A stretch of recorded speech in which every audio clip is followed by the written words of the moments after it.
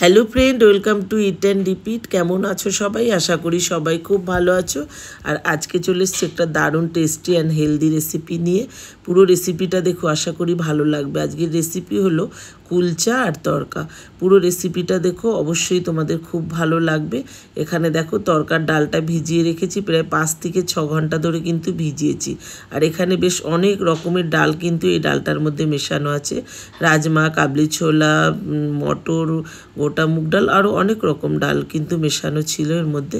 তারপরে এটাকে প্রায় 5 থেকে 6 ঘন্টা পরে আমি খুব ভালো করে ধুয়ে তারপরে প্রেসার কুকারে একটু নুন, তারপরে একটু লবঙ্গ আর দারচিনি দিয়ে তারপরে জল দিয়ে প্রেসার কুকারে এই যে বসিয়ে দিচ্ছি।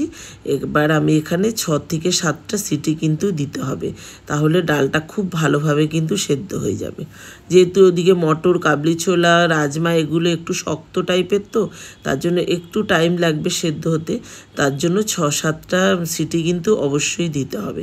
আর এখানে তরকাটার জন্য যা যা উপকরণ লাগবে সেগুলোকে আমি একটুখানি কেটে নিচ্ছি। এখানে 2 ইঞ্চি মতন আদা নিয়েছি, সেটা কুচি করে নিলাম। তারপরে বেশ কয়েকটা রসুন কিন্তু দিয়েছি। আর তরকার মধ্যে সবাই জানো পেঁয়াজ, রসুন, আদাটা খুব বেশি করেই দিতে হয়, তাহলেই কিন্তু তরকার স্বাদটা খুব ভালো হয়। আর ওদিকে পেঁয়াজ কুচিয়ে নিয়েছি, তারপরে রসুন, আদা সব কিছু কুচিয়ে নিলাম।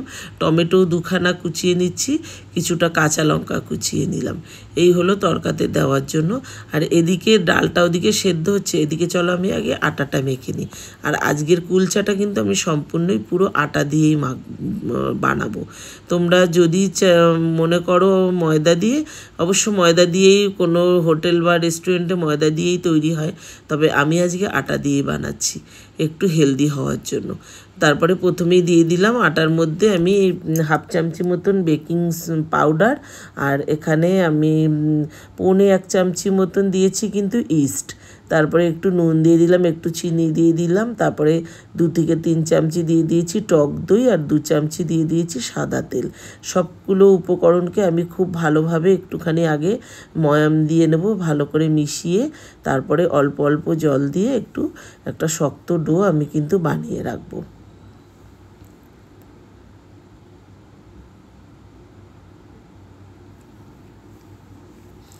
তা দেখো আটাটা কিন্তু আমি মেখে নিলাম। এবার এটা আমি আধ ঘন্টা মতো রেস্টে কিন্তু রেখে দেবো। তারপরে এখানে আমি আলু সেদ্ধ নিয়ে নিলাম, 2খানা আলু সেদ্ধ করে রেখেছিলাম। আলুটাকে খুব ভালো করে ম্যাশ করে নিলাম। তারপরেই আমি একটা ফ্রাই প্যানের মধ্যে একটুখানি সর্ষের তেল দিয়ে 2টো শুকনো লঙ্কা আমি ভাজা করে নিয়েছি এর মধ্যে। আর এখানে একটা মশলা দিয়েছি, এটা তোমরা যেমন মশলা দিতে চাও দিতেই পারো, তবে আমি দিয়েছি এটা পরি মশলা, আমার ঘরে বানানো ছিল, সেই মশলাটা দিয়েছি। আর একটু ভাজা মশলাও কিন্তু দিলাম। ভাজা মশলা বলতে ওই ধনে জিরে যেটা রান্নাঘরে আমাদের সবসময় বানানো থাকে, সেই মশলাটা দিয়ে দিলাম। তারপরে লঙ্কাগুলো মেখে খুব ভালো করে একটু নুন দিয়ে আলুটাকে কিন্তু খুব ভালো করে মেখে ছোট ছোট করে আমি একটা করে গোল্লা বানিয়ে রেখেছি। এদিকে দেখো ডালটা কিন্তু খুব সুন্দরভাবে সেদ্ধ হয়ে গেছে। তো এদিকে আগে তরকাটাই বানিয়ে নেব। বসিয়ে দিলাম লোহার কড়াইটা, তারপরে এর মধ্যে দিয়ে দিলাম রিফাইন তেল, তারপরেই দিয়ে দিলাম আমি 1 চামচি ভরে একদম একটু দিয়ে দিলাম ঘি। আর তরকাতে তো জানোই একটু ঘি বাটার অবশ্যই দিতে হয়, তাহলেই কিন্তু বেশি স্বাদ হয়। তারপরে এখানে দিয়ে দিলাম আদা রসুনটা কুচি, বেশ অনেকটা আদা রসুন কুচি করে নিয়েছি। দেখো আদা রসুনটা আগে দিয়ে দিলাম। আদা রসুন কুচিটা খুব ভালোভাবে এইভাবে যখন একটু লাল লাল করে ভাজা হয়ে যাবে, তখন কিন্তু এর মধ্যে আমি পেঁয়াজ কুচিগুলো দিয়ে দিলাম। পেঁয়াজ আমি এখানে প্রায় 3টে, একটু মাঝারি মানে একটু ছোটোর থেকে একটু বড় সাইজের, মানে মাঝারি সাইজের 3টে পেঁয়াজ আমি কুচি করে নিয়েছি। তা পেঁয়াজটার মধ্যে একটুখানি নুন দিয়ে দিলাম, ও সামান্য কিন্তু নুন দিয়েছি, কেননা ডালটা যখন আমি সেদ্ধ করেছি তখন কিন্তু আমি নুন দিয়েছিলাম, তার জন্য নুনটা একটু বুঝেই কিন্তু দিতে হবে। তারপরে ওটা একটু ভাজা হয়ে যাওয়ার পরে, পেঁয়াজ আদা রসুনটা খুব ভালোভাবে ভাজা হয়ে যাওয়ার পরে তারপরেই দিয়ে দিলাম টমেটো কুচিটা, আর কাঁচা লঙ্কা কুচিটাও দিয়ে দিলাম। টমেটোটা খুব ভালো ভাজার দরকার নেই, তবে আদা রসুন পেঁয়াজটা কিন্তু খুব ভালো করে ভেজে নিতে হবে। যত সুন্দর করে ওটা ভাজবে, ততই কিন্তু তরকার টেস্টটা খুব সুন্দর আসবে। তা এখানে আমি দিয়ে দিলাম একটু তড়কা মশলাটা দিয়ে তারপরে একটু নাড়াচাড়া করেই তারপরেই দেখো এই যে ডালটাকে আমি কিন্তু ঢেলে দিলাম। আর ডালটা খুব সুন্দরভাবে কিন্তু সেদ্ধ হয়েছে। তা এখানে প্রেশার কুকারটা ধুয়ে আরও একটুখানি জলও আমি দিয়ে দিলাম। তারপরে আমি এখানে বেশ অনেকখানি কসুরি মেথি একটু হাতে ডলে তারপরে দিয়ে দিয়েছি। তা তরকাটা আমার হয়ে গেল। তা এবার আমি একটুখানি ডিমও এর মধ্যে দিয়ে দেবো। তোমরা চাইলে যদি ডিম না দাও, ডিম না দিয়েও কিন্তু করতে পারো, তবে একটু তরকাতে ডিম দিলে ভালোই লাগে।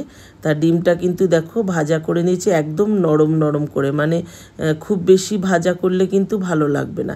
একদম ডিমটা একদম একটু দেখবে সফট সফট থাকবে, তখনই কিন্তু ডিমটা নামিয়ে এই তরকার মধ্যে দিয়ে দেবে। তো তরকাটা কিন্তু আমার এদিকে কমপ্লিট দেখো হয়ে গেল।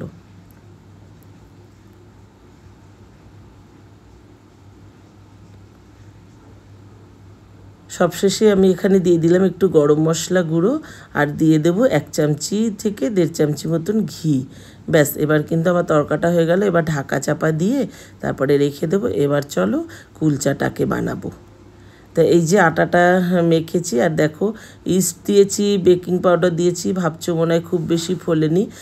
সত্যি খুব বেশি ফোলেনি, তবে খুব সুন্দর সফট হয়েছে, ভেতরটা কিন্তু জালিদারও হয়েছে। তবে ময়দা দিয়ে কিন্তু এটা বেশি ভালো হয়, তবে আটাতে একটু ফোলাটা কমই হয়। তবে আটাটা দিয়ে খেতে কিন্তু বেশ ভালো হয়, খাওয়াতে কিন্তু কোনো স্বাদের হেরফের হয় না। আটা দিয়ে বানিয়ে নিও, খুব ভালো, শরীরের পক্ষেও খুব ভালো। আর ময়দা তো খাওয়াটা ঠিক না অত, তার জন্য ঘরে দেখো আমরা যখন ঘরে বানাই তখন মানে চেষ্টা করি একটু হেলদি বানানোর, তার জন্যই। তা তোমরা চাইলে কিন্তু যদি মনে করো ময়দা দিয়ে বানাবে, ময়দা দিয়েও বানিয়ে নিতে পারো।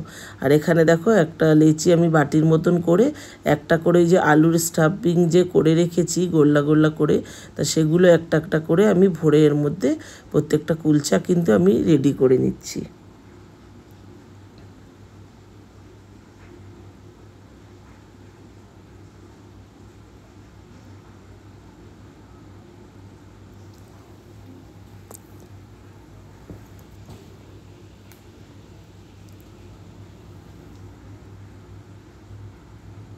তো এদিকে হয়ে গেল, কুলচাগুলো সব কটা আলু ভরে নিয়েছি।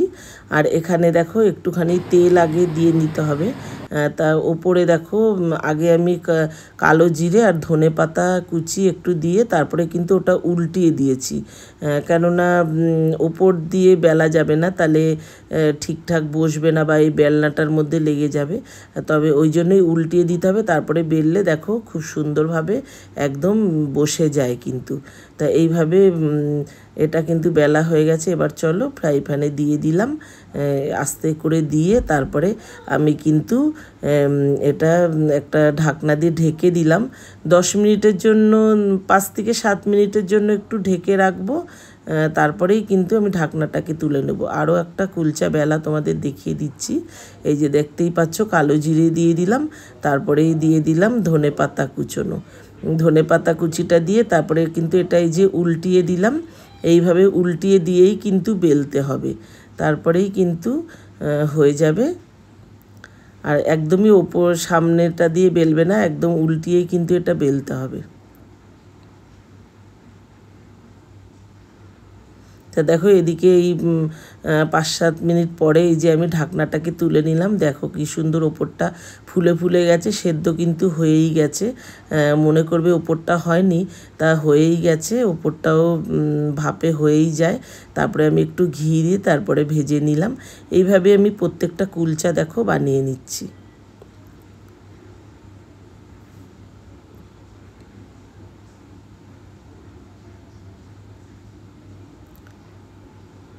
তা দেখো কত সুন্দরভাবে ফুলেছে, কতটা বুঝতে পারছো জানি না।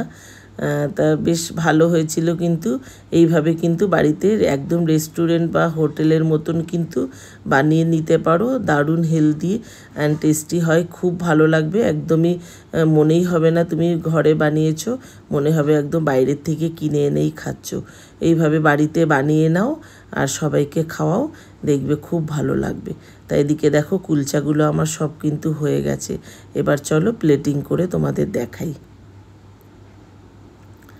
তো এদিকে দেখো আমি তরকাটা দিয়ে দিচ্ছি, আর তরকাটা দেখো কতটা সুন্দর হয়েছে, দেখতে কতটা ভালো লাগছে। তা এইভাবেই বানিয়ে নাও। দিয়ে দিলাম কতগুলো মানে পেঁয়াজ কুচি একটু দিয়ে দিলাম, তারপরে এই যে কুলচাটাকেও দিয়ে দিলাম। কতটা ভালো লাগছে দেখো। কেমন লাগলো তাহলে আজকের এই ডিনার রেসিপিটা? যদি ভালো লাগে প্লিজ লাইক শেয়ার করে দিও, চ্যানেলটাকে অবশ্যই সাবস্ক্রাইব করে দিও। ওপরে একটুখানি বাটার দিয়ে দিলাম, একদমই রেস্টুরেন্টের মতন প্লেটটা আমি বানালাম। তাহলে বলো কেমন লাগলো? অবশ্যই কিন্তু তোমরা বন্ধুরা একটু কমেন্টে জানিও, আর তোমরাও বাড়িতে কিন্তু অবশ্যই বানিও। তাহলে চলো আজ আসি, সবাই ভালো থেকো, সুস্থ থেকো, সাবধানে থেকো। তাহলে চলো একটা ছিঁড়ে তোমাদের দেখাই আলু স্টাফিংটা ভেতরে কতটা সুন্দরভাবে মিশে গেছে। তাহলে চলো এইভাবে কিন্তু বানিয়ে নিও আর বাড়ির সবাইকে খাইও, তাহলে দেখবে খুব ভালো লাগবে। আজ আসি, সবাই ভালো থেকো, সুস্থ থেকো, সাবধানে থেকো। আবার আসবো পরের রেসিপি নিয়ে। আজ আসি, টাটা।